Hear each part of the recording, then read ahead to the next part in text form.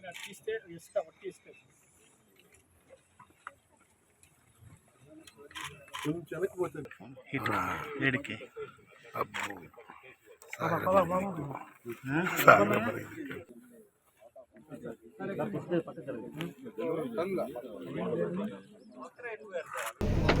సోమిరెడ్డి చంద్రమోహన్ రెడ్డి గారు ఈ పేదల కోసం కట్టే ఇళ్లలో జరిగిన అవినీతి గురించి అక్రమాల గురించి ఈ ప్రభుత్వం వచ్చిన మొట్టమొదటి నుంచి కూడా ఎలుగెత్తి చాటుతూనే ఉన్నారు. అవకాశం వచ్చిన చోటల్లా కూడా అసెంబ్లీలో కానివ్వండి, ముఖ్యమంత్రి గారి దగ్గర కానివ్వండి, ఎప్పుడైనా మేము కలిసినప్పుడు కానివ్వండి, మా ఆఫీస్కి వచ్చినప్పుడు కానివ్వండి, రాతపూర్వకంగా కానివ్వండి, ఈ పేదవాళ్ళకి కట్టిస్తున్న ఇళ్లలో జరిగిన అవినీతి మీద కఠిన చర్యలు తీసుకోవటమే కాకుండా వారికి క్వాలిటీ ఇల్లు నిర్మించి వాళ్ళు సుఖంగా జీవించే విధంగా చేయాలనే డిమాండ్ మొట్టమొదటి కూడా చేస్తూ ఉన్నారు. వారి డిమాండ్ మేరకు జిల్లాలో ఇతర నాయకులు, మంత్రులు, రామనారాయణ గారు కానివ్వండి, నారాయణ గారు కానివ్వండి, ఇతర శాసనసభ్యులు కానివ్వండి, డిమాండ్ మేరకు ఎంక్వైరీ కూడా వేయటం జరిగింది ఈ నెల్లూరు జిల్లాలో ఈ హౌసింగ్ కార్యక్రమం మీద అని చెప్పేసి మనం చేస్తాను. ఆ రిపోర్ట్లో చాలా స్పష్టంగా దాదాపు 120 కోట్ల రూపాయలు అవినీతి జరిగినట్లు మరి ఆ రిపోర్ట్లో పేర్కొనడం కూడా జరిగిందని చెప్పేసి మనం చేస్తాను. ఈరోజు గౌరవ శాసనసభ్యులు చంద్రమోహన్ రెడ్డి గారి సూచన మేరకు నేను గృహ నిర్మాణ శాఖ మంత్రిగా ఇక్కడికి వచ్చి ఈ వరిగొండ విలేజ్లో కట్టిన ఇళ్ల నిర్మాణాన్ని కూడా పరిశీలించడం జరిగింది.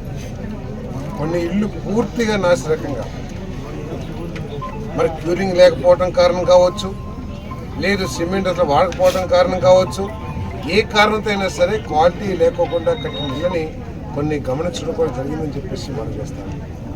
ఇక్కడ ఆప్షన్ 3లో అంటే కాంట్రాక్టరు, ఇల్లు నిర్మించే సంస్థ, లబ్ధిదారుడు, ప్రభుత్వం కలిసి ఒక ఒప్పంద పత్రం చేసుకుని లబ్ధిదారుడికి ఎవరైతే ఇల్లు కట్టుకోలేరో, పేదరికంలో ఉన్నారో వాళ్ళకి సహకరించడానికి ప్రభుత్వం మరి ఈ ఒప్పంద పత్రం చేసిందని చెప్పేసి మనం చేస్తాను. వాళ్ళందరినీ ఎవరైతే ఈ నిర్మాణంలో అవినీతి, క్వాలిటీలో మెటీరియల్ వాడుకోకుండా చేశారో వాళ్ళ మీద వెంటనే నోటీసులు ఇచ్చి ఆల్రెడీ చర్యలు తీసుకోవడం ప్రారంభించాం. కొన్ని సంస్థల మీద కోర్టులో కూడా కేసులు వేయడం జరిగింది. ఇప్పుడు ఈ ప్రాంతంలో చేసిన కాంట్రాక్టుల మీద ఇమీడియట్గా చర్యలు తీసుకోవడానికి క్రిమినల్ చర్యలు కానివ్వండి, రెవెన్యూ రికవరీ యాక్ట్ ప్రకారం కానివ్వండి, వాళ్ళ మీద వెంటనే చర్యలు తీసుకోబడతాయని చెప్పేసి మనం చేస్తాను.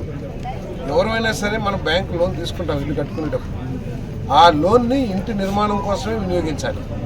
పోనీ నాకు నేను లోన్ తీసుకుని దాన్ని దుర్వినియోగం చేసుకుంటే దాని నష్ట కష్టాలు నేనే పడతాను. కానీ ఒక ప్రభుత్వం అంటే నమ్మకమైన ఒక వ్యవస్థ, కోట్లాది మంది ప్రజలకి నమ్మకమైన ఒక వ్యవస్థ. ఆ ప్రభుత్వం లబ్ధిదారుడి పేరు పెట్టి లోన్ తీసుకుని ఆ లోన్లో ₹1 కూడా దాని మీద ఖర్చు చేయకోకుండా ఆఖరికి లబ్ధిదారుడు నీ అప్పు నువ్వు తీర్చుకో అని చెప్తామంటే ఇంతకంటే కూడా విధ్వంసం, దోపిడీ ఇంకా వేరేది ఉండదని చెప్పేసి మనం చేస్తా ఉన్నాం. ఆ లబ్ధిదారుడి అకౌంట్కి కానీ చేతికి కానీ బ్యాంక్ ₹1 ఇవ్వరా. ఆ డబ్బులన్నీ కూడా ప్రభుత్వం కాబట్టి, ప్రభుత్వం అంటే ఒక నమ్మకం వ్యవస్థ కాబట్టి ఆ ప్రభుత్వానికి ఇచ్చింది బ్యాంక్ అంతా కూడా ఏంటి, పలానా సుబ్బయ్య గారి పేరు మీద ఇల్లు నిర్మాణానికి ప్రభుత్వానికి ఇస్తున్నామని చెప్పేసి ఆ డబ్బుల్ని ఆ టిడ్కో ఇల్లు పూర్తి చేయకోకుండా ఆయన ఇష్టం వచ్చినట్లు వాడేస్తే, ఆ ప్రభుత్వం ఇష్టం వచ్చినట్లు వాడేసుకుంటే ఈరోజు బ్యాంకులన్నీ కూడా వాడినాయి. నేను బ్యాంకులను కూడా కోరుతా ఉన్నాను, దీంట్లో మీరు కూడా భాగస్వాములే.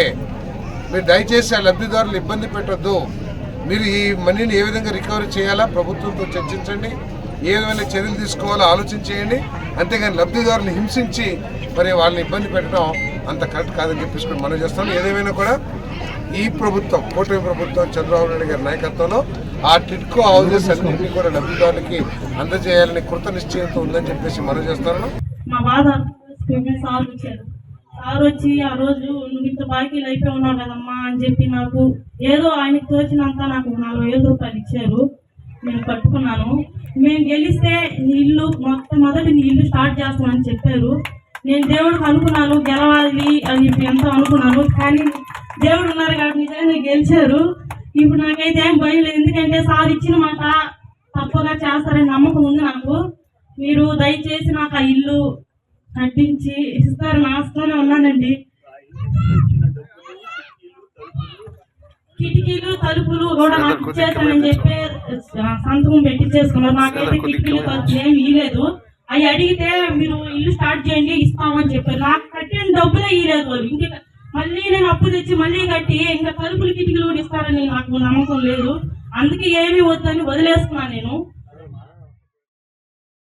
Doctor G Kondareddy dental hospital దంత వైద్య రంగంలో గత 54 సంవత్సరాల అనుభవంతో జాతీయ స్థాయి సంస్థ NABH చే గుర్తింపు పొందిన ఉత్తమ దంత వైద్యశాల doctor G Kondareddy dental studio.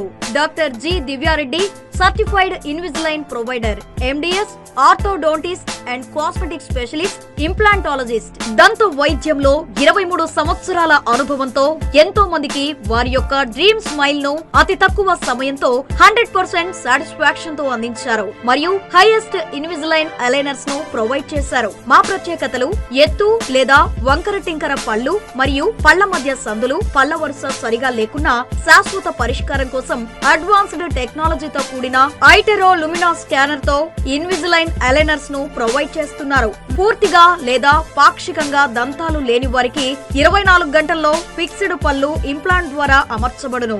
రాష్ట్ర ప్రభుత్వ ఉద్యోగస్తులకు EHS క్యాష్లెస్ ట్రీట్మెంట్ సదుపాయం కలదు.